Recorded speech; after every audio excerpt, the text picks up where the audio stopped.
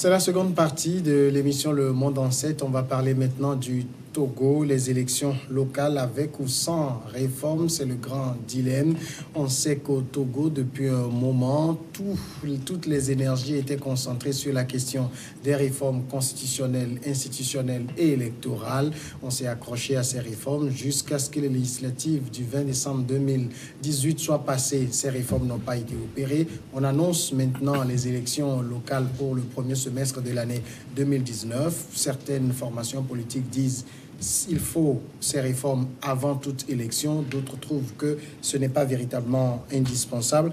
Mais avant, Pascal Edo, vous qui êtes un expert sur les questions de décentralisation, on voit quand même aujourd'hui le train de la décentralisation des élections locales, j'allais dire, commencer par s'accélérer au Togo. Est-ce que c'est une bonne chose? Pourquoi pas? C'est une très bonne chose et nous encourageons vivement les institutions en charge de ce processus de poursuivre les efforts pour que rapidement nous puissions aller aux élections locales. La grande question qui se pose, est-ce que les conditions sont réunies actuellement pour aller à ces élections? Voilà le débat.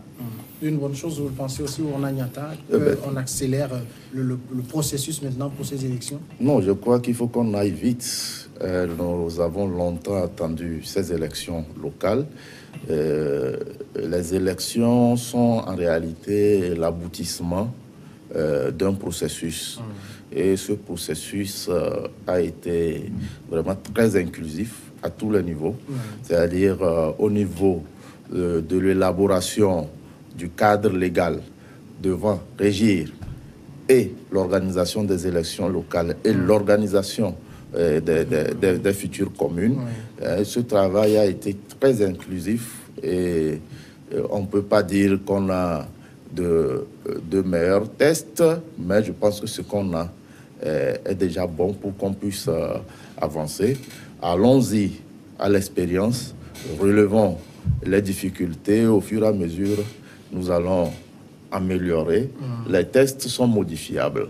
Au fur et à mesure que nous allons rencontrer les difficultés, on verra à quel niveau il faut opérer des changements pour un meilleur fonctionnement de nos collectivités locales. Alors, Ourna Niata vient de dire, Pascal Edo, que le processus a été très inclusif, mais je ne sais pas si vous aviez lu le communiqué de la CDP à sa sortie de la rencontre avec le ministre, qui a posé un certain nombre de questions, notamment, par exemple, des limitations des communes, quels sont, par exemple, les quartiers qui se retrouvent dans telle et telle autre commune. On n'a pas véritablement l'impression que ça, c'est de l'inclusivité, sinon ces partis ne seraient pas en train de poser ces questions. Non, je vais répondre directement à la CDPA. Vous savez, il faut... Bon, elle n'est pas ici. Ils doivent Moi, j'ai cité juste la lettre. Vous savez, il faut sortir de ces manœuvres politiciennes. Okay? Le découpage administratif incombe à l'État. Mais il faut reconnaître... Qui le fait comme il veut, c'est ça? Ah oui. Le découpage administratif incombe à l'État. Mais dans notre cas, le gouvernement togolais a consulté tous les acteurs. Il y a eu même une commission au sein de laquelle les partis ont été représentés. La CEDEAO, la CDPA n'a pas eu la chance d'être représentée. Ils n'ont jamais eu de députés à l'Assemblée nationale. Et il y a que la CEDEAO ne vaut que les... la CDPA ne vaut que les discours alarmistes de la première responsable. Sur le terrain, la CDPA n'est pas un parti réellement présent. La preuve, ils n'ont jamais gagné une élection. Ils n'ont jamais réussi à positionner un député à l'Assemblée nationale. Peut-être qu'ils n'ont pas été associés parce qu'ils n'étaient pas représentatifs. Je dis, le parti ne se résume n'a pour base que les discours alarmistes de la première responsable. Tous les partis, la majorité des partis membres de l'AC, c'est combien maintenant, je ne sais pas. Donc, ont participé au processus. Les leaders ont été associés progressivement. Il y a eu des discussions. Et donc, c'est pas à cette étape-là qu'il faut venir sortir des communiqués parce qu'on n'est pas prêt. Il faut trouver des subterfuges. Réaction. Je crois que l'inclusivité dont parle mon frère doit être relativisée. Parce que nous sommes dans un processus et quand on parle de la décentralisation, dans la finalité et le développement local incombe à toutes les composantes de la société. Il ne suffit pas seulement d'instaurer le débat au niveau des partis politiques. Ok, ça c'est un fait. Si les partis politiques sont représentés dans les commissions dont ils parlent, c'est bon. Mais le plus important pour nous, c'est de faire en sorte que les informations soient accessibles à toute la population. Pour nous, en tant qu'acteurs de la société civile, c'est notre préoccupation. Est-ce que les informations sont accessibles aux citoyens pour qu'ils comprennent ce que l'État veut faire réellement?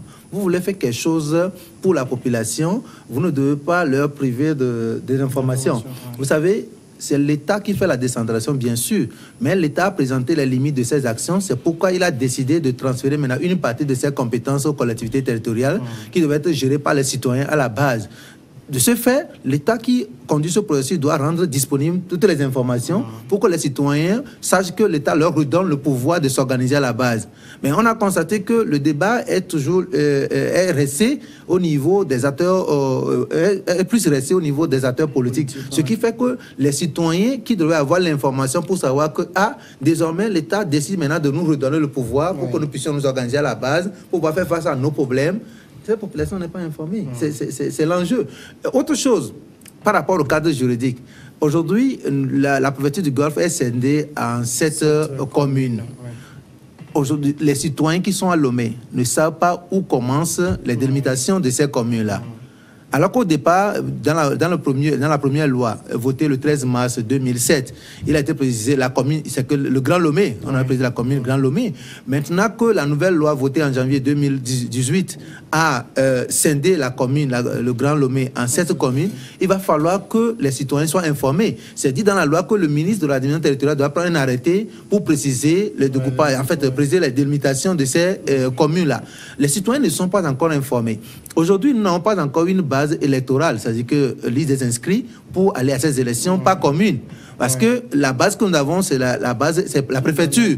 Donc, on a fait le recensement par préfecture. Donc, quand on va dans une CELI, par exemple, on peut savoir à peu près le nombre d'inscrits. Quand on va à CELI de Gio, on peut savoir à peu près le nombre d'inscrits. Ceux qui ont été inscrits sur la liste pour participer aux élections du 20 décembre, on peut avoir la liste. Maintenant que la préfecture du Gio est scindée en 4 communes maintenant, est-ce que actuellement les listes sont disponibles par commune pour aller à ces élections? Quand je prends le cas de Lomé... Non, pour précision, monsieur Pascal, pour vous laisser continuer, je reviendrai sur les autres questions. Voilà. La CENI actuelle a anticipé, et vous pouvez aller vous informer, en prenant déjà des dispositions au cours du dernier recensement électoral pour s'adapter à l'éventuelle organisation des élections locales. Je pense qu'il y a un travail fait, mais je crois que c'est théorique ce que vous avez dit. Je vais vous expliquer. Les gens qui sont à Lomé, moi je suis dans... Vous savez, je parle de mon cas. Je suis à Lomé, j'étais dans un quartier avant. Je m'étais inscrit là-bas et maintenant j'ai changé de quartier. Actuellement, là où je parle, là où je vote habituellement n'est pas dans ma commune.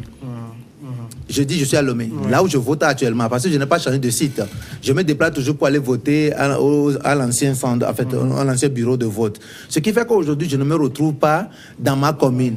Maintenant, quand il s'agira de faire des élections locales, irai-je voter dans l'autre commune ou bien je dois voter dans ma commune? Parce que vous avez la possibilité de transférer. Oui, la possibilité de transférer. C'est pourquoi il faut faire un travail de fond. C'est pourquoi nous disons qu'il faut un travail de fond. On ne peut pas aller actuellement, on ne peut pas aller directement aux élections si on n'a pas clarifié ces points-là.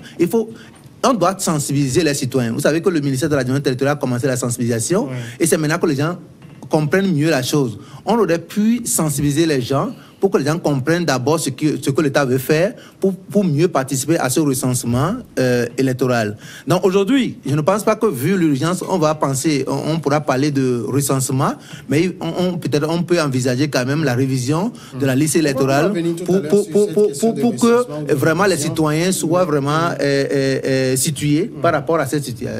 Alors, on va revenir sur la question du recensement ou de révision des listes électorales, mais puisque j'ai commencé à poser la question sur la l'accélération même du processus, si c'est une mauvaise chose. Quand on a écouté Pascal Agové, l'information, ça semble être comme une denrée rare sur ce processus-là.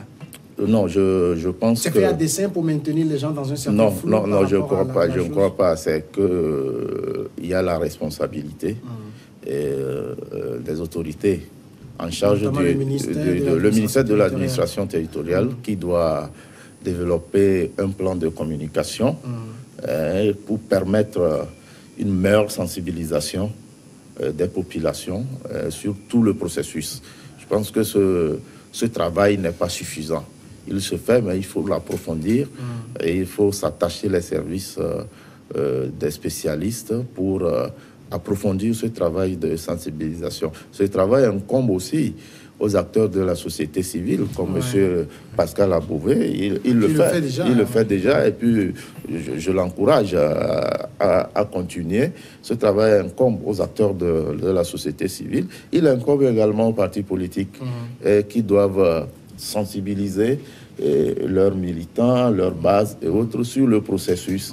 Les acteurs politiques doivent, bientôt je vais animer dans certains milieux du pays des communications liées à la question. Il y aura une tournée pour expliquer un peu le processus aux populations, partager avec les acteurs à la base tout ce qui est fait en termes de découpage, comment est-ce qu'il inciter les gens à participer.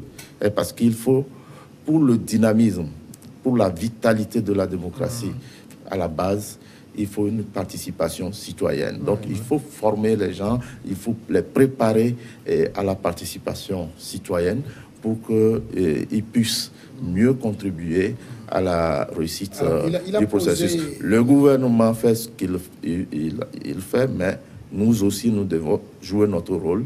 Les leaders d'opinion, les organisations de la société, les acteurs globalement non étatiques doivent aussi jouer leur rôle. Alors, il a posé également le problème de la délimitation territoriale. Jusque-là, par exemple, pour le Golfe, on dit Golfe 1, 2 jusqu'à 7, mais on ne sait pas où commence le Golfe 1, où il finit, où commence le 2, où commence le 5, etc. Non, je crois que il y a un document, et comme il l'a dit, je dis la responsabilité incombe au ministère en charge du dossier de communiquer avec les acteurs. Et les premiers acteurs et qui doivent aussi diffuser ces informations vers les populations, c'est des organisations comme celle de M. Agové, avec qui le ministère doit avoir quand même des liens directs pour qu'il soit informé à temps. Oui, mais maintenant, si c'est un responsable de l'organisation qui pose la question, c'est qu'il y a un problème au niveau du ministère qu'il faut régler. Vous savez, nous, on est des partis politiques. Il y a un gouvernement avec les ministres. Les ministres n'ont qu'à jouer leur rôle. Qui sont du parti aussi. Oh oui, non, je crois qu'on s'entend sur ce point-là. Il faut rendre disponibles les informations. Vous savez, nous, on avait créé un site l'année passée où on a demandé à ce qu'on nous donne les versions PDF de tous les tests relatifs à la décentralisation pour qu'on puisse les mettre là-bas, pour que les citoyens puissent lire. En réalité, la décentralisation incombe aux citoyens. C'est vrai, l'État le fait, mais c'est comme un retour de pouvoir à la maison. Ça veut dire que les citoyens ont voté pour le chef de l'État qui a mis en place son gouvernement, qui travaille dans l'intérêt général de tous les citoyens. On a remarqué que les structures étatiques n'arrivent pas à répondre suffisamment à la demande sociale des citoyens. On a décidé maintenant de changer un peu la donne, en redonnant le pouvoir aux citoyens de s'organiser à la base. Si c'est le cas, il faudrait que c'est toute une transformation de notre société. Les gens ne voient pas la chose comme ça. Parce qu'actuellement, nous évoluons dans un système unitaire. Ça veut dire que dans le système d'administration territoriale, ce sont les structures de l'État qui conduisent toutes les actions de développement. Avec la décentralisation, on va évoluer dans un double système. Ça veut dire que les structures de l'État vont exister, mais au même moment, il y aura aussi les administrations décentralisées. Donc, les deux vont coopérer de pair. Maintenant, il faut expliquer aux citoyens quel devait être le mécanisme de collaboration de ces entités et quel devait être le rôle des citoyens. Si l'État ne sensibilise pas suffisamment les citoyens pour que les citoyens comprennent que la décentralisation a des avantages, mais a des contraintes, Dans les faits, on va aller aux élections locales, on va choisir les élus locaux, mais ils auront du mal à fonctionner parce que la population risque de ne pas vraiment les soutenir dans leur mission, alors qu'eux doivent coopérer avec la population pour mettre en œuvre les actions. D'où la nécessité de mieux sensibiliser d'abord les citoyens avant que les gens ne présentent même leur candidature.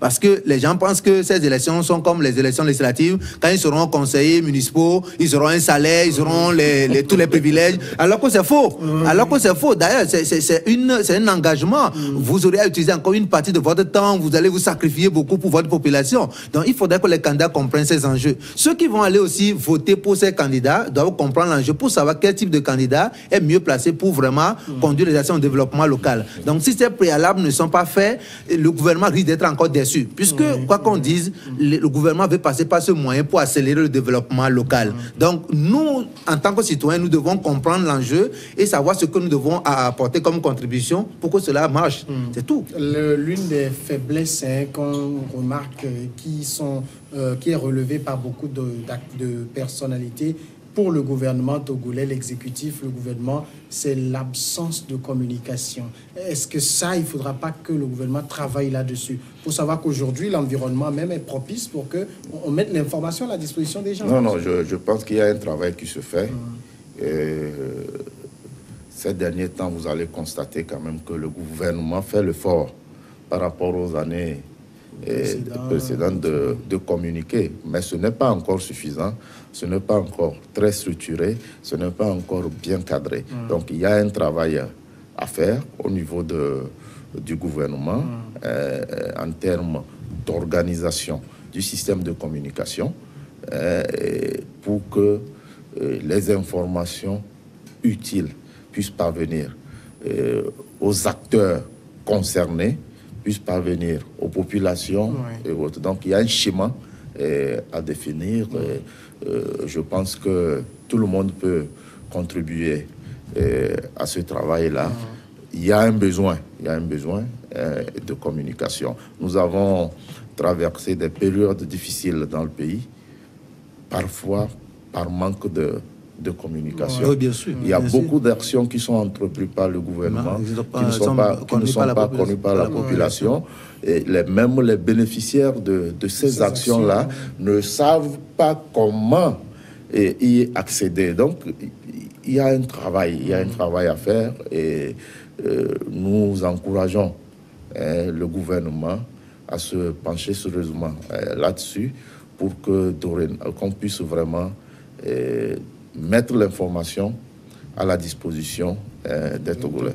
D'accord. Maintenant, un autre aspect de la question qu'on va évoquer, et Pascal Edo Agbouvé a commencé par le soulever, c'est la question de recensement ou de révision. On sait, Pascal Edo, avec les dernières élections législatives, il y a eu des partis qui ont appelé au boycott, sauf certains parmi eux, qui n'ont pas la carte d'électeur et tout. Est-ce que l'idéal aujourd'hui, c'est qu'on ait un recensement avant les élections locales? Bon, je ne parlerai pas de recensement en tant que tel, parce que d'abord, ça coûte très cher, mais nous pouvons envisager la révision de liste électorale. Ça, c'est important pour que ceux qui n'étaient pas sur la liste avant les élections du 20 décembre puissent maintenant s'inscrire. Et aussi ceux qui ont... Et puis, en ce temps, il y a eu des mobilités. Donc, maintenant, les gens peuvent s'inscrire librement pour participer à ces élections locales. Comme nous le disons, si on redonne le pouvoir à la population à la base, on ne peut pas aller aux élections locales avec un fichier électoral de 2 millions d'habitants sur 7 millions. Si nous partons sur cette base-là, c'est qu'on a échoué. Quand les citoyens, le grand nombre de citoyens, c'est qu'on n'a pas apporté, nous n'ont pas donné leur quitus aux élus locaux, je crois qu'ils ne vont pas s'impliquer dans la gestion des activités, des affaires. Quelle est la pratique? Quand vous regardez dans beaucoup de pays qui nous entourent d'ailleurs, vous regardez par rapport à la population globale, vous voyez un peu les taux de représentation au niveau des listes électorales. Le Togo n'est pas dans une situation exceptionnelle. D'ailleurs, le Togo a un taux par rapport aux autres pays, un peu plus élevé. Oui. Voilà, je suis d'accord. Je pense que pour les gens sont déçus par rapport aux élections présidentielles et aux élections législatives. Les gens estiment qu'il n'y a pas le retour direct. C'est-à-dire qu'ils votent pour le président, ils votent pour les députés, mais après tout, leurs besoins sont restés comme ça, non satisfaits. Donc ils ne sont plus motivés pour aller aux élections. À ces élections.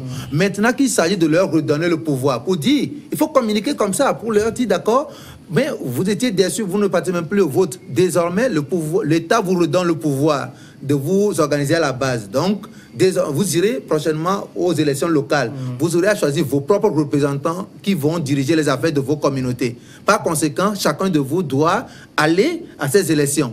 Si nous faisons une bonne communication, je pense que nous pouvons avoir un fichier électoral plus important. C'est-à-dire que donc, beaucoup de citoyens vont s'inscrire parce qu'ils vont comprendre que désormais, le pouvoir leur est retourné pour pouvoir s'organiser à la base. Ils vont participer massivement à ces élections. Si nous faisons l'exercice, nous allons revenir sur ce plateau, faire le constat que le taux de participation aux élections locales est plus élevé que le taux de participation aux élections présidentielles et aux élections législatives. Oui, maintenant, sur cette question-là, vous pensez qu'il est aujourd'hui important qu'on fasse cette révision-là pour intégrer, surtout parce que ça risque de poser problème après. Et moi, j'ai écouté un acteur politique sur une radio cette semaine dire que selon le code électoral, il faut faire une révision des listes à chaque élection. Oui, je pense que le code électoral le prévoit. Et il revient à l'administration, à l'État. Bon, si le code le prévoit, c'est plus un choix. Non, il revient à l'État de voir ce qu'il faut faire. En fait, il s'agit de définir le temps, la durée de la révision.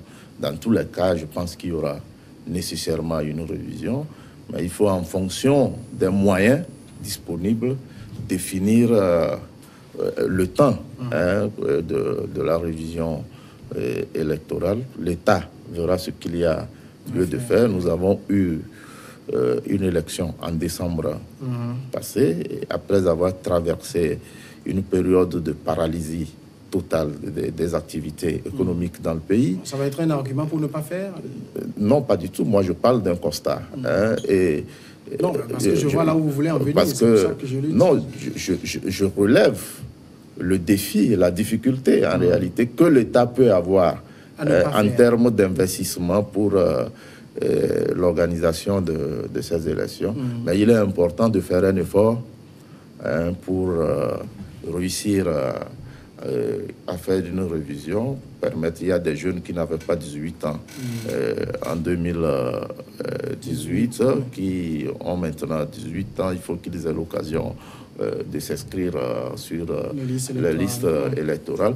Il reviendra à l'État, en fonction des moyens, de définir la durée de cette révision-là, qui est prévue par le code qui est prévu par le code électoral. Oui, vous parlez de temps. Je suis d'accord avec vous, mais j'estime quand même que pour la réussite de la décentralisation, il est important que nous puissions accorder une attention particulière quand même aux élections locales, pour la réussite de la décentralisation. Parce que c'est à partir de ce moment-là que les citoyens vont décider, vont opérer leur choix, vont choisir ceux qui vont diriger leur collectivité. Donc s'il faut dépenser pour mieux réussir cette phase, je pense que ce serait quand même un gage de succès pour la décentralisation. Donc, nous avons organisé des événements dans ce pays, on a dépensé plusieurs milliards pour organiser des événements dans ce pays, et il faudrait que des ressources soient mobilisées pour réussir les élections locales, et le gouvernement même sera heureux. Vous savez, parfois les calculs politiciens faussent les règles. Si aujourd'hui nous arrivons à réussir la décentralisation et que les populations arrivent à s'organiser bien à la base pour pouvoir trouver des solutions à leurs propres problèmes, ceux qui sont au sommet même seront un peu à l'aise, parce que les gens ne vont plus trop les critiquer, il y aura quand même un apaisement. Donc cette phase, à mon avis, en tant qu'acteur de développement, je pense que le gouvernement doit plus mettre les moyens pour que tous les citoyens qui voudraient bien participer à ces élections puissent se faire recenser. Parce que quand on parlait de durée, je vois en même temps qu'il y a risque de ne pas accorder accordé assez de temps pour la révision de la liste électorale. Et parce que la dernière fois, même quand on avait prolongé la date, 3 jours, de 3 jours, beaucoup de gens n'ont pas pu se faire enregistrer. Donc, vraiment, c'est un plaidoyer que nous sommes en train de faire à l'endroit des autorités pour que des moyens soient mobilisés afin que les citoyens puissent vraiment aller se faire enregistrer. Il y a aussi un autre problème, c'est que, par exemple, on dit que le Togo fait 7 millions d'habitants, mais ça, on le dit depuis 2010. Est-ce qu'aujourd'hui, on a une idée claire de combien de Togolais, combien de personnes vivent sur le territoire togolais? Parce que si on veut aller vers la décentralisation, il faut qu'on sache les répartitions qu'on nous donne que dans telle commune, voilà la population et tout. Mais on se base sur les recensements généraux des personnes de l'habitat de 2010, qui n'est plus d'actualité aujourd'hui. Non, je pense qu'il y a l'Institut national de statistiques, l'INSID, Bon, ça, c'est des statistiques qui peuvent dire, bon, on aura telle progression, on a eu telle progression. Non, faire un recensement général pour avoir une idée claire. C'est ce que je suis en train de vous dire.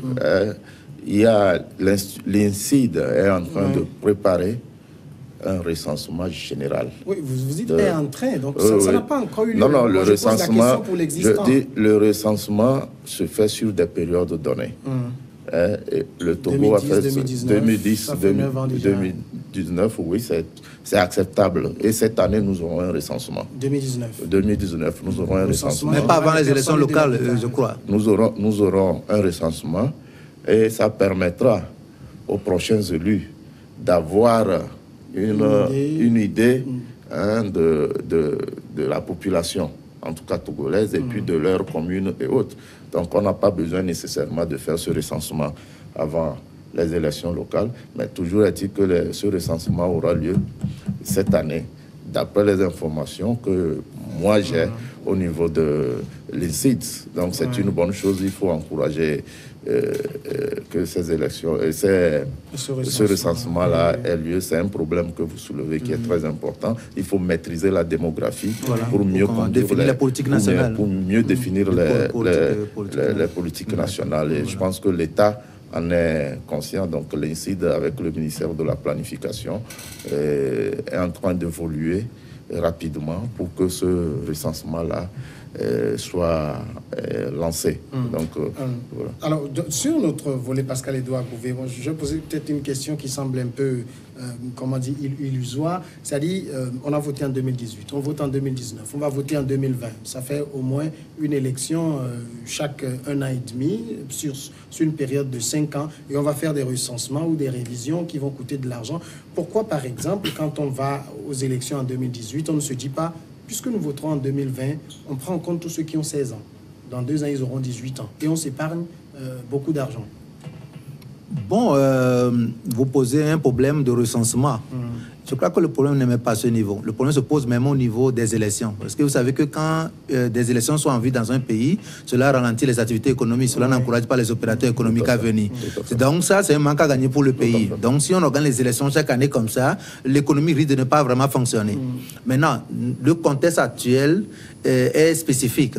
Ok, comme ça fait 32 ans que nous avons organisé les élections locales, on peut organiser ces élections de manière particulière pour permettre aux citoyens de comprendre la différence qui existe entre elles et les autres élections qu'on a l'habitude d'organiser. Ça, c'est une bonne chose. Maintenant, à l'avenir, il y a possibilité quand même de faire un effort pour pouvoir harmoniser. On peut coupler certaines élections. Donc, le problème ne se pose pas seulement au niveau du recensement, mais même au niveau des fréquences même des élections. Voilà. Oui, mais moi, je pose par exemple la question sur le recensement parce qu'on a évoqué les questions de coût ici. Oui, non, tout à fait. Parce que je me rappelle, sur ce même plateau que le ministre Barham avait dit pour les 3 jours de prolongation, ça fait 900 millions. Oui, donc vous voyez un peu, c'est ce que M. Pascal dit, si on en arrive progressivement, si on arrive à coupler certaines élections, nous allons réduire les coûts et puis avoir plus de temps de travail. Voilà. C'est ça. Avoir plus de temps de travail. Faire un peu comme ce que font les Zimbabwéens, les Sud-Africains, des élections générales. Vous savez, on n'est pas dans le même contexte quand même. Et après, vous savez, le président de la République, Son Excellence Faure Gnassingbé, avait annoncé les élections locales pour 2017. Pour décembre 2017. Le pays était en train de se préparer pour organiser ces élections locales quand certains esprits ont cru bon de paralyser la vie socio-économique du pays. Mais Dieu merci, là où certains voulaient nous amener, nous ne sommes pas arrivés là. Notre pays est debout. Je pense que ce qui se fait actuellement n'est pas aussi trop mauvais. C'est-à-dire que nous avons eu des élections législatives en 2018, on aura les élections locales et les élections présidentielles en 2020. Sur un mandat de 5 ans, on a 2 ans. 2 ans pour organiser les élections. On a 3 ans. On aurait pu réduire. Et je pense qu'avec le temps, on peut...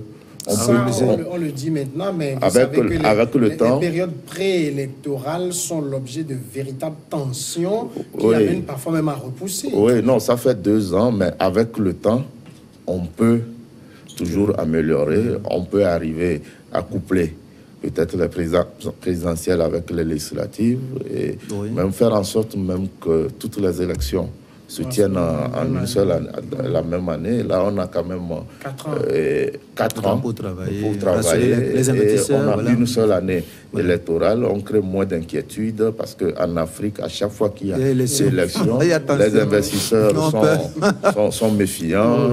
Donc, il faut qu'on sorte quand même qu'on ait plus de temps de travail pour le développement économique, pour le développement socio-économique de nos pays. Alors maintenant, l'autre sujet également dans ce même registre, c'est la question des réformes.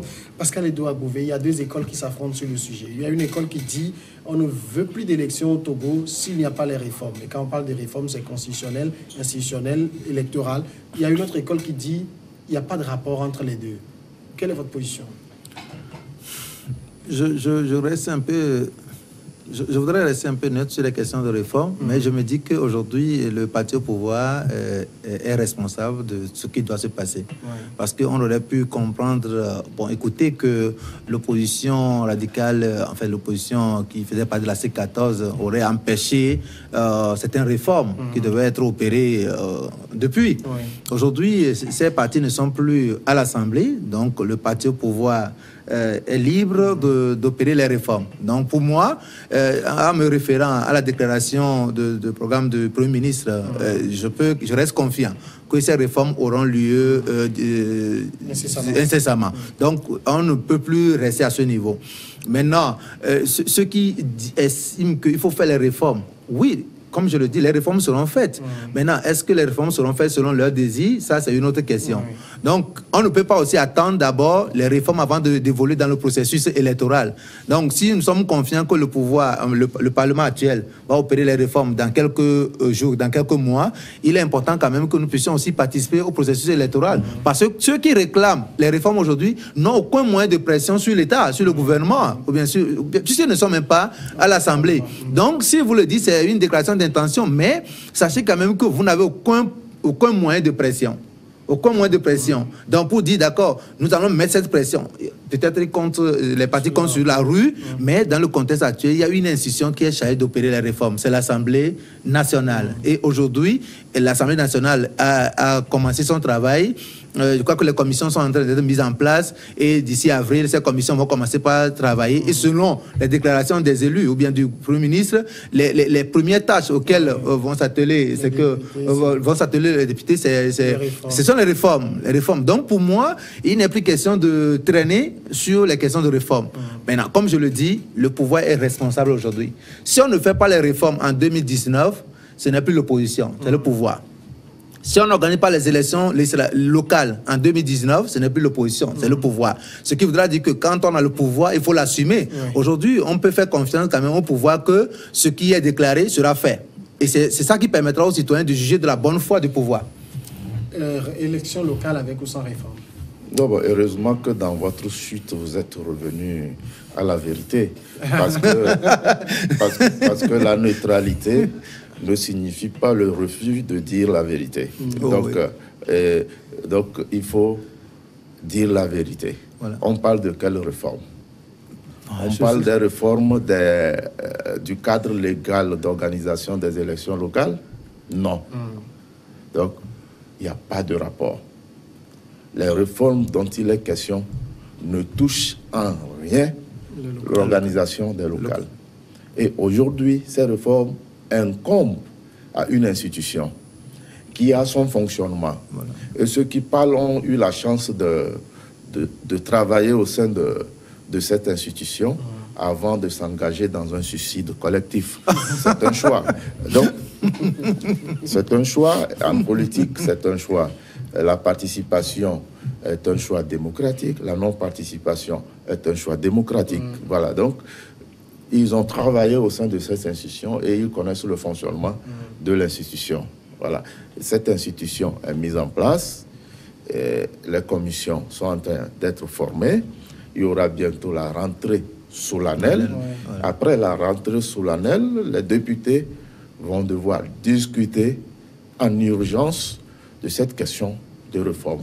Dans tous les cas, cette question-là, nous mettrons fin à ça cette année. Voilà. Vous savez, cette question est devenue le seul projet de société de certains partis politiques.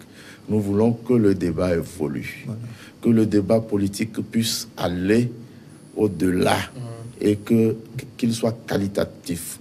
Nous voulons discuter désormais des modèles économiques que les partis proposent. Nous voulons discuter des modèles d'éducation, des modèles d'agriculture, des modèles de réforme en matière de santé. Nous voulons discuter des modèles de réforme de l'armée, de la sécurité intérieure. Donc nous ne voulons pas être enfermés dans un débat de réforme politique, limitation des mandats, le départ de tel immédiat. Non, il faut que le Togo évolue. Il faut qu'on présente une autre image au monde entier. Alors maintenant, donc, vous avez dit... les députés actuels, je pense qu'ils ont les qualités nécessaires. Nous avons des hommes et femmes de bonne qualité qui sont représentés au sein de... Nous avons une opposition qualitative aussi au sein de cette Assemblée nationale et j'espère, et je le souhaite vivement, qu'ils vont s'entendre pour opérer les réformes que les prédécesseurs ont refusé d'opérer dans l'intérêt national. Alors, vous avez dit que clairement, il n'y a pas de lien entre réforme et organisation d'élections locales, mais est-ce qu'il serait bien séant dans le contexte sociopolitique actuel d'envisager quelque élection que ce soit sans avoir complètement éludé ou sans en avoir fini avec la question des réformes? Non, c'est une question de calendrier. Dès que l'Assemblée va démarrer son travail, elle fera ses réformes. Mais cela ne doit pas arrêter le processus d'organisation des élections locales. Nous reconnaissons que c'est une urgence. Et comme je vous le dis, nous voulons sortir de ce schéma de débat autour des réformes. Non, je pense que le pays, et vous savez, le chef du gouvernement en a fait une priorité dans sa déclaration de politique générale. Et donc, vous comprenez à quel point l'État même est engagé à opérer rapidement ces réformes. Mais cela ne doit pas freiner l'organisation des élections locales qu'on aurait dû avoir depuis 2017. Il y a beaucoup de partenaires qui nous attendent. Le président de la République a pris des engagements. Il y a beaucoup de partenaires qui nous attendent avec des projets. Il y a des projets qui attendent d'être exécutés avec nos populations à la base et avec assez de création d'emplois et autres. Pourquoi devons-nous tarder à cause des intérêts politiciens? Non, on va aux élections locales. Pour la décrispation, quel est l'idéal? L'idéal serait que les élections, en fait, que les réformes soient opérées. Mais comme nous le disons, nous sommes dans une urgence. On ne peut pas arrêter le processus d'organisation des élections locales, attendre d'abord les réformes avant d'évoluer. Non, moi je pense que, comme l'a dit le gouvernement, je l'ai dit, qu'aujourd'hui, le parti au pouvoir a la possibilité pour opérer les réformes. Donc, si le parti au pouvoir le dit, il faut lui faire confiance. Oui, donc ce n'est plus... Non, il faut... Non, je suis d'accord. Oui. En 2018, Monsieur quand on était dans le processus de dialogue et tout ça, des ministres et pas des moindres assuraient que les réformes seraient faites avant le 20 décembre. C'est le souhait. On est aujourd'hui le 16 mars 2019. On fait encore un débat sur ça. Nous avons tous souhaité que ces réformes aient lieu avant les élections législatives du 20 décembre.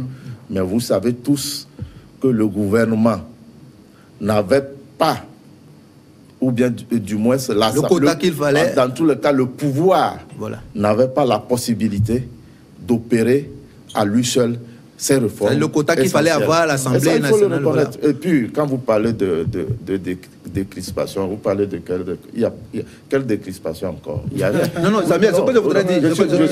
Le pays fonctionne normalement. L'État est en train de jouer son rôle. Chaque institution doit jouer son rôle. L'institution qu'est l'Assemblée nationale va jouer son rôle. Sa responsabilité, c'est d'opérer ces réformes en urgence. Elle le fera. L'État a pris l'engagement d'organiser les élections locales. L'État organisera les élections locales. Samuel, je disais qu'il faut faire confiance à l'État. Pourquoi? Parce qu'actuellement, la C14, la coalition, n'a pas ses représentants à l'Assemblée. Donc, je ne sais pas par quel mécanisme la coalition peut faire pression sur le gouvernement. Donc, on ne peut que lui faire confiance. Je dis d'accord, quand vous décidez de faire les réformes, on vous attend, mais au même moment, l'opposition doit participer au processus électoral. Parce que à la veille des élections locales, l'Assemblée peut opérer des réformes. C'est-à-dire que, puisque les réformes on va étudier les thèses, on peut aller à l'Assemblée aujourd'hui, dire que les réformes ont été faites aujourd'hui à l'Assemblée. Donc, il n'est pas important, à mon avis, d'attendre le vote de cette thèse-là avant de participer au processus électoral. Donc, je suis d'accord que l'opposition réclame les réformes, mais je conseille vivement que l'opposition participe au même moment au processus d'organisation des élections locales et aussi continuer par réclamer les réformes. Sinon, elle sera surprise à la veille des élections locales. Si, par exemple, on prétend, on envisage d'organiser les élections en juillet et que l'opposition dit d'accord, si les réformes ne sont pas faites, moi je ne vais pas aller aux élections, je ne vais pas participer au processus. Si en mai ou bien en juin, l'Assemblée opère des réformes, alors qu'on a évolué suffisamment dans le processus, le gouvernement ne va pas accepter de revenir en arrière pour reprendre tout à zéro. C'est pour cette raison que, tactiquement, il est important que l'opposition réclame les réformes, mais elle doit aussi participer en même temps au processus d'organisation des élections locales. Voilà le schéma que moi je propose pour que nous ne soyons pas déçus. Voilà. Non, écoutez, quand vous dites l'opposition doit participer, vous n'obligez pas les partis à participer. Je vous l'ai dit, c'est un choix politique. Quand vous faites le choix de ne pas participer, c'est aussi démocratique. Non, si vous faites le choix de participer, c'est aussi démocratique. Non, je suis d'accord avec vous. L'opposition, elle est plurielle. Oui, d'accord. Les élections législatives ont eu lieu avec des partis d'opposition. Il y a des partis d'opposition qui sont représentés au Parlement. Il y a des partis d'opposition qui préparent activement les élections locales. Il y a des indépendants qui préparent activement les élections locales, etc. Donc, ces élections ne sont pas organisées pour la C, vous dites 14, je ne sais pas si... Non, moi je parle de l'opposition de manière générale. Ces élections ne sont pas organisées pour la coalition. Ces élections sont organisées pour tous les acteurs. Donc, les acteurs qui veulent participer, participeront. Les acteurs qui pour une raison ou une autre, peuvent choisir ne pas participer, ne participeront. Et c'est en toute liberté, en toute responsabilité. Non, ça fait partie de la démocratie, je suis d'accord avec vous. Mais moi, je parle en tant qu'acteur de développement et je sais que le fait de faire en sorte que tous les partis politiques participent aux élections locales, c'est une garantie pour mieux réussir la gouvernance locale. Parce qu'après les élections locales, les élus auront à gérer les collectivités. Et si tous les militants participent aux élections locales, vous voyez qu'ils auront le soutien de toute leur base pour mener leur action. Maintenant, si certains partis ne participent pas aux élections locales, c'est qu'une fois élus, les militants des partis qui n'ont pas participé aux élections locales ne vont pas vouloir soutenir les efforts de développement local. Donc, si la finalité de la décentralisation, c'est le développement local, il est important qu'on puisse quand même faire un effort pour trouver le minimum de consensus pour qu'ensemble, on puisse aller à ces élections locales. Quand je dis que ce soit tous les acteurs participent, du moins pour la sensibilisation. Je dis participer, ça ne veut pas dire forcément être candidat, mais nous devons contribuer à la réussite de ce processus-là. L'idéal, c'est de ne pas s'arc-bouter sur les questions de réforme. De réforme pour ne pas participer au processus. Parce qu'on n'attend pas un jour pour aller aux élections locales. Si vous décidez à vos membres de ne pas aller se faire recenser, c'est que quand le recensement se fait, alors est terminé, écoutez, Vous ne pourrez plus participer. C'est pourquoi j'invite tous les partis politiques et les autres acteurs qui veulent participer, pour être candidats aux élections locales, de participer au processus. D'accord.